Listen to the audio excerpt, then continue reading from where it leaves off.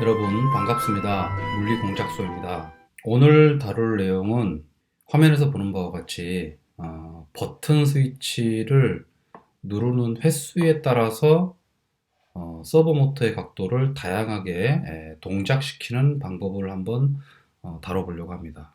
지난 그 영상에서는 이제 버튼을 한번 누르고 또 한번 누르고, 우리가 이제 지난 시간에 했던 그 작동은 이렇게 누르면 170, 다시 누르면 10, 이렇게 170과 10을 이제 왕복으로 움직이도록 이렇게 했는데, 이제 누를 때마다 이제 각도가 바뀌게 그렇게 코드를 한번 짜 보려고 합니다. 예를 들면 이제 처음에는 이렇게 10도로 있다가 한번 누르면 90도, 여기 이제 서버 모터가 90도, 그리고 두 번째 누르면 170, 또 세 번째 누르면 다시 90, 네 번째 누르면 처음 상태 10도, 네 단계로 10도, 90도, 170, 또 90, 그 다음에 다시 처음, 이런 식으로 누를 때마다 움직일 수 있는 그런 그 기능을 갖추도록 제가 이제 코드를 한번 짜보도록 하겠습니다. 자, 그러면 화면에서 보는 바와 같이 이 코드를 그대로 이제 실행을 하면, 이 코드를 그대로 실행을 하면은 이제 버튼을 누를 때마다 각도가 달라지게 되어 있습니다. 자, 간단하게 설명을 좀 드릴게요. 여기 보시면 이제 서버 모터를 사용하는 라이브러리를 추가를 하고, 그리고 서버 모터 변수 하나 지정을 해줍니다. 모터라고. 자, 그리고 여기에서 이제 카운트라는 변수를 제가 이제 버튼을 누르는 그 횟수를, 이제 여기서 버튼을 누르면 그 버튼 횟수를 저장을 해야 되는 그런 변수인데, 이제 맨 처음에는 이제 0으로 초기화를 했습니다. 자, 그리고 이제 중요한 게 이제 이게 제가 previous 버튼이라는 변수를 하나 만들었는데, 이것은 이제 previous, 그러니까 직전에 버튼의 상태를 이제 저장하는 그런 변수를 하나 선언을 하겠습니다. 이렇게. 이제 이게 왜 필요한지는 저 뒤에 이제 다시 한번 설명을 드릴게요. 그 다음에 void setup에서 이제 12번 핀, 여기 12번 핀을 이용을 해서 제가 이 부분을 프롭 스위치로 사용을 하겠다. 이렇게 하고, 그리고 모터는 서버 모터는 7번, 여기죠? 여기 7번 핀에 연결하겠다. 이렇게 이제 간단하게 셋업 함수 안에 이걸 설정을 해주고요. 루프 안에 있는 코드 중에서 이제 이 부분이 핵심입니다. 오늘 제가 이제 설명드릴 내용이 이 내용이에요. 이 부분이 이제 버튼을 누를 때마다 버튼의 횟수를 저장을 해서 그 횟수에 따라서 여기 이제 한 번도 안 눌렀으면은 서버 모터가 10도, 그리고 한 번 누르면 90도, 또 두 번 누르면 170도, 세 번 누르면 90도, 그리고 네 번째 누르면 다시 카운트를 초기화해서 다시 이제 카운트 0으로 돌아가는 거죠.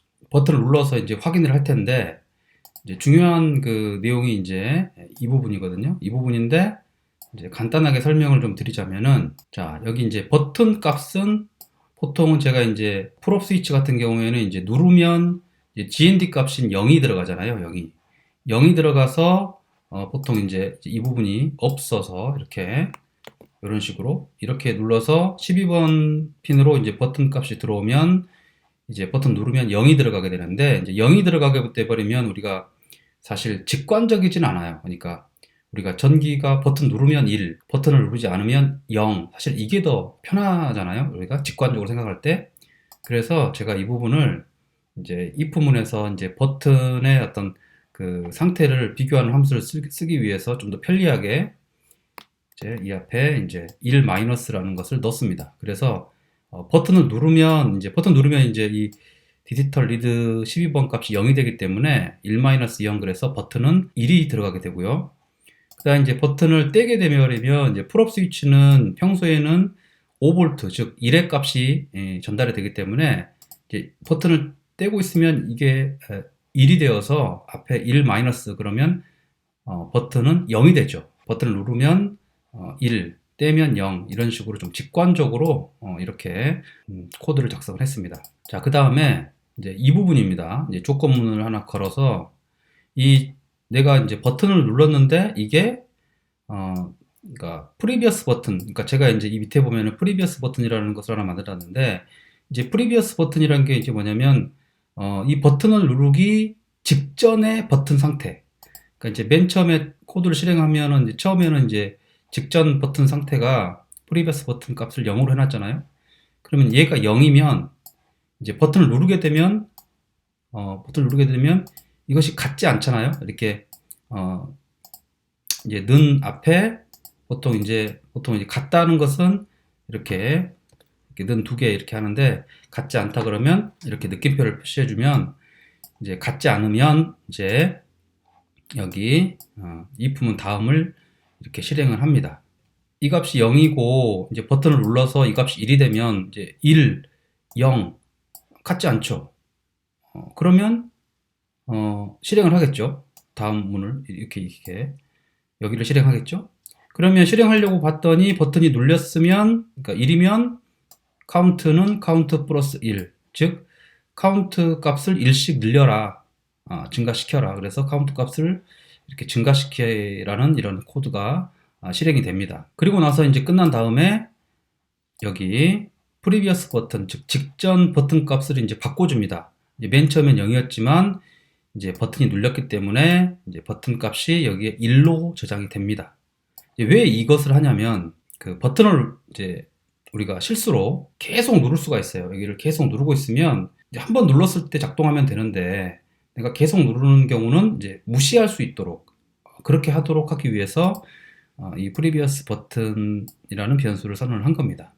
자, 그래서 이제 이 버튼 값이 이제 1이 돼버리면 이제 다시 이제 올라가서 여기 보시면 이제 previous 버튼이 1이 되잖아요.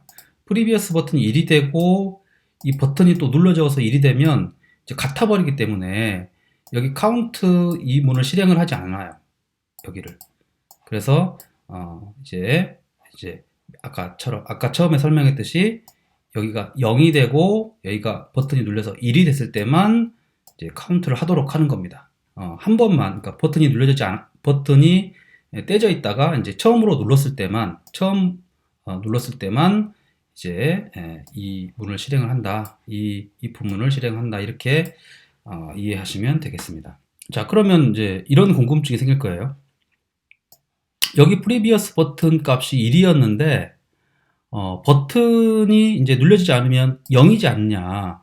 그러면 이 버튼이 0이고 여기 previous 버튼 값이 1이면 여기 카운트를 실행할 것 같지 않냐? 근데 이 내려가다 보면 if에 어떻게 되냐면 버튼 값이 1일 때만 세도록 되어 있어요. 그러니까 이것이 이 if문이 만족하더라도, 이제 여기가 1이고 여기가 0이 되더라도 여기 버튼이 1일 때만 카운트를 하라고 했기 때문에 또 여기는 실행이 되지 않아요.